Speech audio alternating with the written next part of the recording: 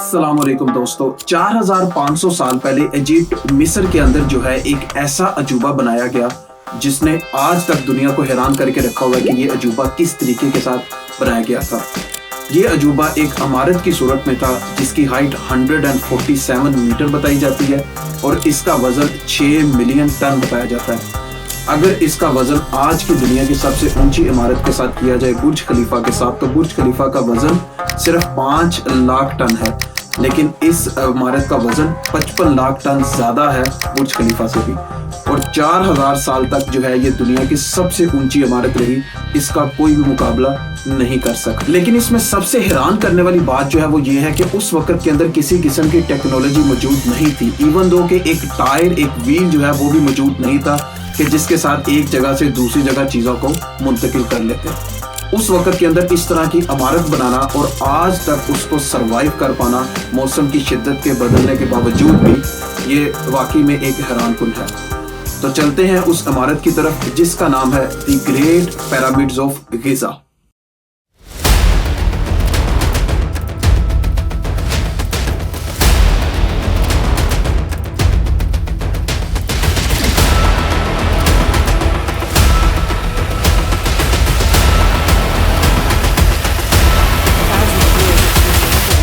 Mysteries. Just how were the pyramids built so deep in the Egyptian desert? This morning, a new discovery inside the Great Pyramid of Giza. जी तो दोस्तों, आज की इस video के अंदर हम देखेंगे the great pyramids of Giza जो है, इसके बनाने का मकसद क्या था और ये किस तरीके के साथ बनाई गई और क्या क्या चैलेंजेस इसको बनाने में फेस किए गए। मुख्तलिफ लोगों ने इसके बारे में मुख्तलिफ थ्योरीज लिखी हैं। दोस्तों, जब हम हिस्ट्री के अंदर जितना पीछे जाते हैं, हकीकत का पता लगाना उतना मुश्किल होता चला जाता है। 2560 बीसी के अंदर इस एरिया का जो है वो सेकंड बादशाह था खुफू, फेरो खुफू, जो कि इसका सेकंड जो है वो बादशाह था। फेरो खुफू के बारे में इतनी ज्यादा इंफॉर्मेशन नहीं मिलती है, सिर्फ इसके बारे में इतना बताया जाता है कि ये इसका सेकंड बादशाह था। और कितनी देर इसने हुकूमत की, ये हमें मुख्तलिफ फिगर्स देखने को मिलते हैं। डिफरेंट रिसर्च के मुताबिक लोगों ने अपने हिसाब से इसको, किसी ने 25 साल, 26 साल और 30 साल इसका जो है वो एक टेन्योर जो है, दौराए हुकूमत, वो इतना ज्यादा लिखा है। और अगर इन पिरामिड्स की आप एग्जैक्ट लोकेशन देखें तो दरियाए नील की वेस्ट साइड पे देखें तो आपको 3 पिरामिड जो हैं वो नजर आते हैं, जिसमें सबसे पहला है द ग्रेट पिरामिड जो कि खुफू के लिए बनाया गया था। उसके बाद जो है दूसरा, खुफू का बेटा जब बादशाह बना तो दूसरा पिरामिड जो कि उससे साइज में छोटा है वो उसके लिए बनाया गया, द पिरामिड ऑफ खाफरे। उसके बाद खाफरे का जो बेटा था, तीसरा बादशाह, उसके आते हुए उसने अपने लिए एक पिरामिड बनाया जो कि इन दोनों से साइज में छोटा है, जिसका नाम है पिरामिड ऑफ मेनकोरे।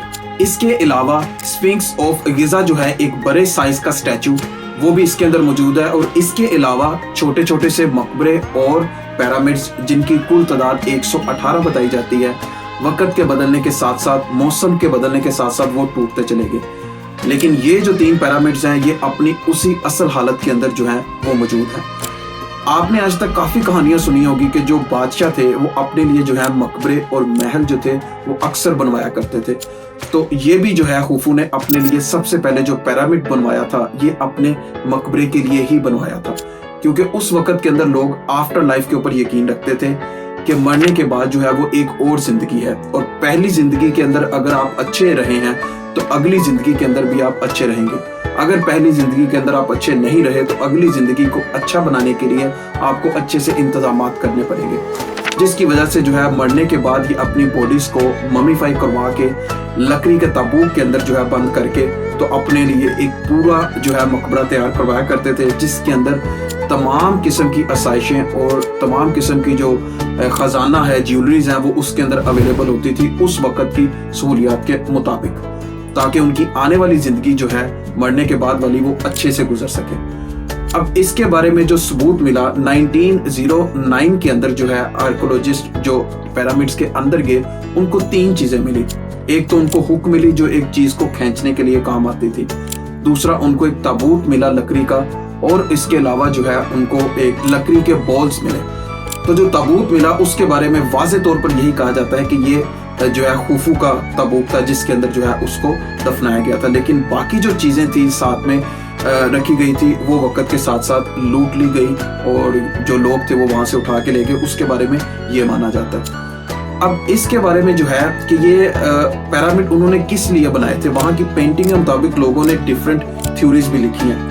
आगे उस थ्योरीज को भी हम जिक्र करते हैं। तो इसमें सबसे पहली थ्योरी जो है वो ये बताई जाती है कि अगर आप पेंटिंग्स को देखा जाए तो दीवार के ऊपर जो है वो आपको बल्ब नजर आ रहे हैं। तो वो ये बताने की कोशिश करते हैं कि इस पिरामिड के अंदर एक प्लांट था जहां पे बिजली बनाई जाती थी। हालांकि उस वक्त तो टेक्नोलॉजी मौजूद नहीं थी, जहां उस वक्त के अंदर एक टायर एक व्हील भी मौजूद नहीं था, तो बिजली किस तरीके के साथ बनाई जाती थी इस बात का बिल्कुल भी कोई डायरेक्ट एविडेंस नहीं मिलता कि उस वक्त के अंदर बिजली होती थी। आप एक बल्ब को देख के उसको इलेक्ट्रिक प्लांट जो है वो डिक्लेयर नहीं कर सकते। तो ये थ्योरी यहीं पे जो है वो रिजेक्ट होती है। सेकंड नंबर पे जो है ये बताया जाता है कि इसके अंदर जो है पिरामिड जो है ये एक ग्रैनरी के तौर पे यूज किया जाता था कि जो अनाज था, खाने पीने की अशिया, वो इसके अंदर स्टोर की जाती थी ताकि कहत पड़ने की या किसी मुश्किल हालात आने की सूरत में इसको इस्तेमाल किया जा सके।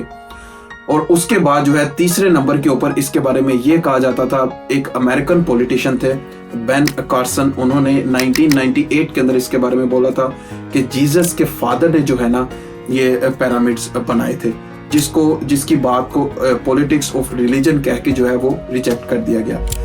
लेकिन अगर अपनी रिसर्च के मुताबिक जो मैंने देखा है उसके मुताबिक मैं बात करूं तो 90% से ज्यादा हिस्टोरियंस जो हैं जिन्होंने इसके ऊपर रिसर्च की है वो इसी बात को मानते हैं कि ये पिरामिड जो है ये एक बादशाह खुफू का मकबरा था जिसको मरने के बाद यहाँ पे दफनाया जाना था। तो यहाँ से हमें यह पता चला कि ये एक मकबरा था जो कि बादशाह खुफू ने अपने लिए बनवाया था। चूंकि वो आफ्टर लाइफ के ऊपर यकीन रखता था, जैसा मैंने आपको पहले भी बताया कि आफ्टर लाइफ जो है आने वाली जिंदगी को बेहतर बनाने के लिए ये लोग अपने लिए एक बहुत अच्छा मकबरा बनाते थे कि हमारी आने वाली वक्त जो है, आने वाली जिंदगी जो है वो अच्छी गुजरेगी। अब सवाल ये पैदा होता है कि ये बनाया किस तरीके के साथ था। अगर आप वहां पे पत्थर के साइज देखें जिसका वजन 2.5 टन से लेकर 80 टन तक का बताया जाता है, पहली 2 लाइन तो आपने चले बना ले, इसको इतनी ऊपर तक जो है वो कैसे लेके जाया गया, एक सवाल ये। और दूसरा सवाल, इतनी बारीकी के साथ जो है इतने हार्ड पत्थर को काटा किस तरीके से गया। तो ये जो सवाल आते हैं ये जहन में उठते हैं जब भी हम इसकी कंस्ट्रक्शन की बात करते हैं। तो आइए इसके हम जवाब देखते हैं जी। तो कंस्ट्रक्शन की बात स्टार्ट करने से पहले मैं आपको एक बात बताता चलूं कि जैसे आप मूवीज के अंदर अक्सर देखते हैं कि बादशाहों के दौर के अंदर जब भी कोई चीज बनाई जाती थी तो वो अपने स्लेव्स का, गुलामों का जो है वो इस्तेमाल करते थे और एक बंदा जो है पीछे खड़ा होके एक वो लेदर के कोड़े मार रहा है उसके साथ और उनके ऊपर जुल्म किया जा रहा है और उनसे काम करवाया जा रहा है। इस बात का सबसे पहले इंकशाफ किया था एक ग्रीक के अंदर, हेरोडोटस नामी शख्स ने 480 BC के अंदर कि ये जो है पिरामिड स्लेव से बनवाए गए हैं, जो कि बिल्कुल झूठ है। क्योंकि स्लेव से आप इतना अच्छा पिरामिड और इतनी अच्छी कंस्ट्रक्शन वो आप एक्सपेक्ट नहीं कर सकते। तो असल बात यह है कि उस वक्त के अंदर जो लेबर यूज की गई पिरामिड्स को बनाने के लिए वो बहुत ही हाईली स्किल्ड लेबर थी और बहुत ही टेक्निकल माइंड रखने वाली लेबर थी, जिन्होंने 20 साल के अंदर जो है इन पिरामिड की कंस्ट्रक्शन को कंप्लीट किया। इस कंस्ट्रक्शन के अंदर टोटल 20 से 30 हजार लोग जो थे वो शामिल थे और जो कंस्ट्रक्शन के प्रॉपर लोग थे वो दिन में 10 घंटे काम किया करते थे और बाकी दूसरे काम करने वाले लोग जो थे साइट्स पे, फार्मर्स हो गए और डिफरेंट प्रोफेशंस के लोग, वो आके अपना काम खत्म करके पार्ट टाइम आके इनको ज्वाइन करके एज ए सपोर्ट स्टाफ काम किया करते थे इनकी हेल्प के लिए। तो इसके साथ जो है अगर मैं मटेरियल की बात करूं तो 5.5 मिलियन टन जो है वो लाइमस्टोन यूज किया गया, 8000 टन ग्रेनाइट यूज किया गया और 5 लाख टन मोटर यूज किया गया। मोटर जो है आजकल जैसे हम ईंट या टाइल को जोड़ने के लिए सीमेंट और रेत का मिक्सचर लगाते हैं, इस तरह का मोटर जो है वो उस वक्त में यूज किया जाता था। और पत्थर को काटने के लिए जो आप अपने स्क्रीन पे देख सकते हैं कि पुराने ज़माने में ये कूपर के साथ जो है ये इंस्ट्रूमेंट बनाए गए थे जो कि पत्थर को काटने के लिए इस्तेमाल होते थे। लेकिन अगर कोई पत्थर ऐसा आ जाता था जो बहुत सख्त है तो उसको काटने के लिए जो है वो ग्रेनाइट और डेलोराइट का यूज़ करते थे। अब इसके साथ साथ जो है एक पत्थर को काटने का जो है वो एक पेंटिंग से बहुत ही टेक्निकल तरीका जो है वो देखने में आया है कि एक पत्थर के ऊपर अगर क्रैक है तो लकड़ी को गीला करके उस क्रैक के अंदर दबा देते थे और लकड़ी का पानी जो है वो सीम के पत्थर के अंदर शामिल हो जाता था और लकड़ी सूख जाती थी। जब लकड़ी सूख जाती थी तो उसको इस तरीके से खींच के जो है वहां से पत्थर को तोड़ दिया जाता था। तो ये भी एक जो है बहुत ही टेक्निकल टेक्निक थी पत्थर को तोड़ने की, जो कि इस हाईली स्किल्ड लेबर ने यूज की। अब ये हो गई बात मटेरियल की और पत्थर को काटने की। अब अगला सवाल ये आता है कि इन बड़े पत्थर्स को ऊपर एक के ऊपर एक कैसे रखा गया। 1900 की एक जो है ना आप पेंटिंग अपनी स्क्रीन के ऊपर देख सकते हैं, जो कि 2014 के अंदर द पेंटिंग ऑफ पिरामिड आप देख सकते हैं कि एक स्टैचू है और 170 लोग जो है वो इसको ऊपर की तरफ खींच रहे हैं। लेकिन अगर आप इसके फ्रंट पे देखें तो एक बंदा पानी लेके खड़ा हुआ है और वो उसके साथ जो है वो हेल्प करवा रहा है। इसको जो है वो डैनियल बोर्ड ने, जो कि फिजिस्ट हैं, उन्होंने ये परफॉर्म करके बाकायदा तौर पे प्रूव किया कि अगर आप रेत के ऊपर किसी चीज को घसीट के ऊपर लेके जा रहे हैं तो अगर आप रेत के ऊपर थोड़ा सा पानी डाल देते हैं तो जो फ्रिक्शन है वो कम हो जाती है और आपको एक चीज को रगड़ के ऊपर लेके जाने में आसानी होती है। लेकिन इस सूरत में आप रेत के ऊपर सिर्फ 2 से 5% जो है वो पानी डालेंगे, जिससे उसकी फ्रिक्शन कम होगी और एक चीज को जो रब करके लेके जाना ऊपर है वो आसान हो जाएगा।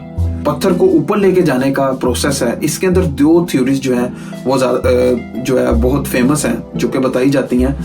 इसमें जो पहली थ्योरी बताई जाती है वो ये कि 2015 के अंदर फ्रेंच आर्कोलॉजिस्ट ने जो है ये एक्सपेरिमेंट किया। उन्होंने 4500 साल पुराना एक लकड़ी का रैंप जो है क्रिएट किया और उसके ऊपर पत्थर रख के उसको रगड़ के ऊपर लेके जाने की कोशिश की।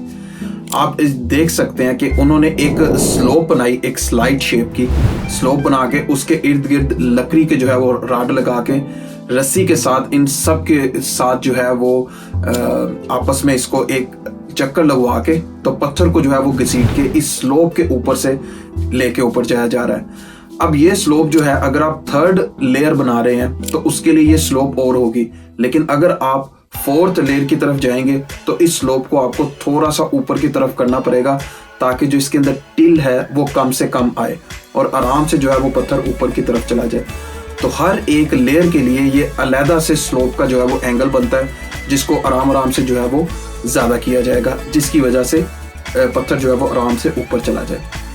दूसरी थ्योरी के अंदर यह बताया जाता था कि एक रॉड लेके उसका सेंटर ऑफ ग्रेविटी फाइंड करके एक साइड पे पत्थर लटका के और दूसरी साइड पे एक वजन डाल के तो पत्थर को जो है वो एक साइड से वजन डाल के पत्थर को उठा के तो उसकी अपनी अपनी जगह के ऊपर रखा जाता था। और दूसरे जो है थ्योरी वो ये वाली है। और ये जो तरीकाकार है जो एक रॉड का सेंटर ऑफ ग्रेविटी फाइंड करने वाला, इसका नाम इजिप्ट के अंदर जो है वो शडूफ जो है रखा गया था, जिसको पानी का जो है ना पानी का जहीरा करने के लिए ये इस्तेमाल किया करते थे।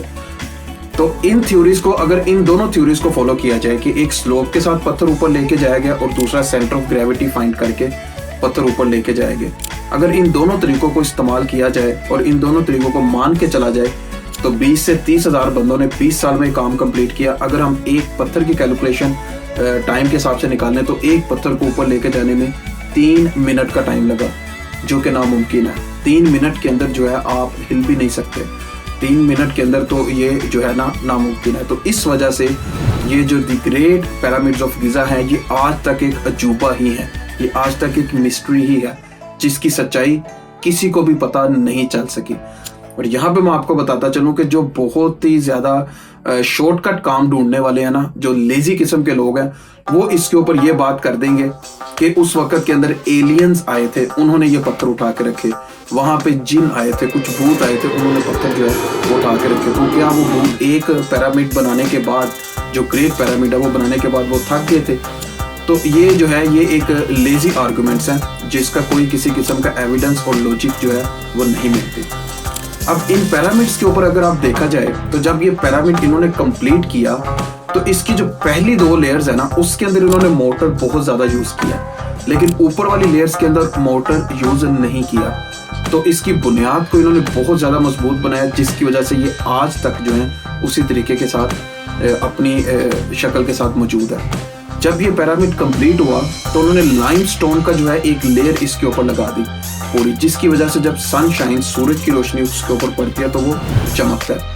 अभी तक वो लाइमस्टोन तो खत्म हो चुका है, लेकिन जो द ग्रेट पिरामिड है उसके ऊपर अगर आप देखें तो थोड़ा सा लाइमस्टोन जो है वो अभी भी मौजूद है और ये अपनी चमक हल्की सी अभी भी दिखाता है। और अगर इसकी शेप की बात करें तो इसकी शेप जो है वो किस तरीके के साथ डिजाइन की गई थी, तो इसकी शेप के लिए भी डिफरेंट थ्योरीज हैं, लेकिन जो सबसे फेमस वाली है मैं सिर्फ आपको वही बताता हूँ कि स्टार्स के अंदर, प्लैनेट के अंदर, अगर स्टार्स के अंदर जो है वो 3 स्टार 4 स्टार का जो ग्रुप है, अगर वो आपस में खड़े होते हैं तो उनकी जो शेप है वो पिरामिड की वो इसी तरीके के साथ बनती है।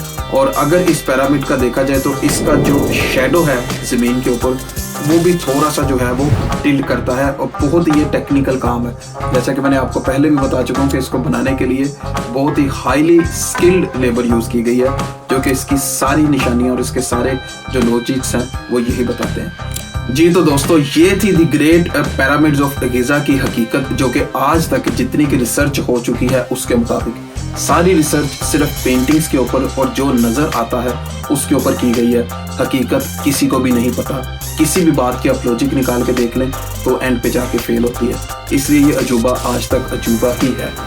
अगर वीडियो अच्छी लगी हो तो लाइक एंड सब्सक्राइब जरूर कर लीजिएगा। तब तक के लिए इजाज़त दीजिए। अल्लाह हाफिज़।